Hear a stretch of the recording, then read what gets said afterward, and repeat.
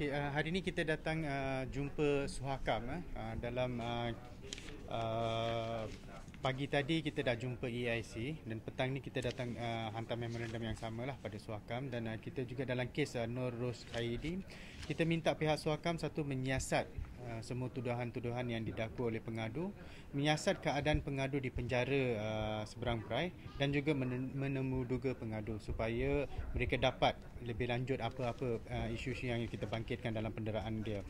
Satu lagi menyiasat pihak polis di Balai Polis Bagan Serai di mana pihak polis yang lain terlibat dalam salah laku tersebut dan juga mengadakan inkuari berkenaan penderaan sekiranya.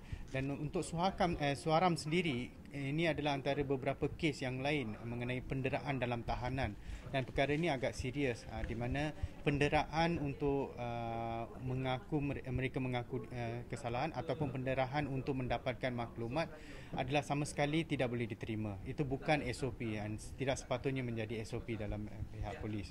Jadi macam Amir cakap, kita perlu ada bukti ataupun siasat dulu sebelum tangkap mereka. Ini dah tangkap dan buat penderaan dan baru untuk mendera untuk mengaku dan juga sebagainya tidak boleh diterima sama sekali lah. Ini membelakangkan hak asasi manusia.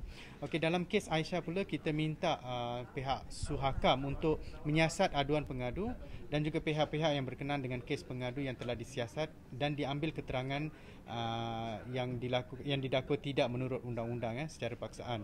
Dan satu lagi kita meminta pihak Suhakam menyiasat pihak berkuasa yang terlibat dalam kes pengadu ini berkenaan sebab kes ini sudah pun dibuang oleh Mahkamah Tinggi. Jadi kalau tangkap semula atas alasan yang sama juga menunjukkan menghina proses mahkamah ataupun menghina keputusan mahkamah itu sendiri. Jadi kita minta Suhakam segera campur tangan sebab dia SOSMA dah habis, mahkamah dah buang kes dia tapi tangkap di bawah poka dan sekarang mungkin dia akan ditahan 60 hari tanpa bicara. Dan ini pun sangat membelakangkan hak asasi manusia dan juga natural justice. Ini tidak boleh berlaku. Sepatutnya dia menjadi seorang warga yang bebas tapi sekarang tengah terkurung di bawah Bukit Aman. So kita harap perkara ini tidak berlanjutan dan kita minta Suhakam juga campur tangan segeralah.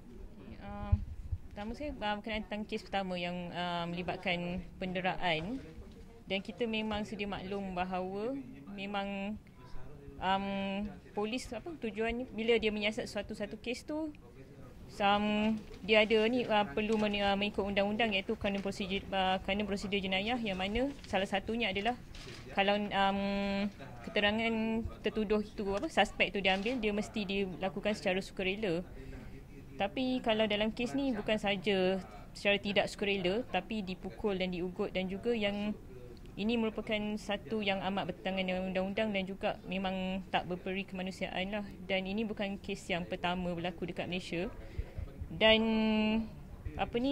sekurang-kurangnya yang tertuduh dalam kes ni dia boleh survive daripada penyiksaan tu sebab ada banyak kes yang yang tahanan ni di masa tahanan reman dia diseksa sampai mati. Sama ada daripada segi siksaan ataupun dia ada penyakit tapi tak diberi ubat. Dan akhirnya meninggal dunia dalam tahanan dalam keadaan yang menyiksakan. Dan kenaan tentang kes kedua dan seperti yang daripada kempen Suhakam dan juga civil society daripada dulu lagi memang kita menentang undang-undang tanpa bicara ISA. Dan apabila kerajaan dah masukkan ISA dan mengganti dengan SOSMA, kita berharap supaya suspek-suspek dalam kesalahan keselamatan ni dapat dibicarakan walaupun kita tahu yang SOSMA ni bukanlah undang-undang yang sempurna dan juga banyak perkara yang tidak berlandaskan undang-undang keterangan seperti kes jenayah biasa. Tapi bila ada Akta Poka dan juga POTA yang membolehkan tahanan tanpa bicara, dia telah saya boleh katakan disalahgunakan di mana pihak berkuasa yang sepatutnya melakukan siasatan dengan telus dan dengan terperinci boleh mengaplikasikan undang-undang ni untuk tangkap sahaja suspek ni tanpa perlu melakukan penyiasatan yang mencukupi. Dan walaupun macam yang tadi Encik Amir bagi tahu ada beberapa kes yang mana tahanan ni disiasat di bawah SOSMA 28 hari, Dan kemudian sebab tak cukup bukti, disiasat pula bawah poka selama 21 hari dan kemudian 38 hari. Dan memang tak ada yang dilaporkan di media setakat ini. Tapi bila ada kes yang macam kes Siti Nur Aisyah ni, dah memang terang-terang dia dah dibebaskan dan terus immediately ditahan bawah poka, dia menjadi satu yang memang membimbangkan lah. Jadi kita perlu melakukan sesuatu daripada sebelum kes yang seperti ini menjadi lebih banyak. Jadi kalau even tahanan yang dituduh di bawah SOSMA pun bila mendengar kes ni mereka pun dah risau untuk pergi bicara, sebab kata tak guna kita pergi bicara pun. Katalah kalau keputusan mahkamah memihak pada kita, mereka boleh gunakan SOSMA, menggunakan poka atau pota untuk menahan kita kembali. Jadi apa gunanya perbicaraan dan SOSMA kalau mereka boleh salah gunakan undang-undang lain untuk menahan.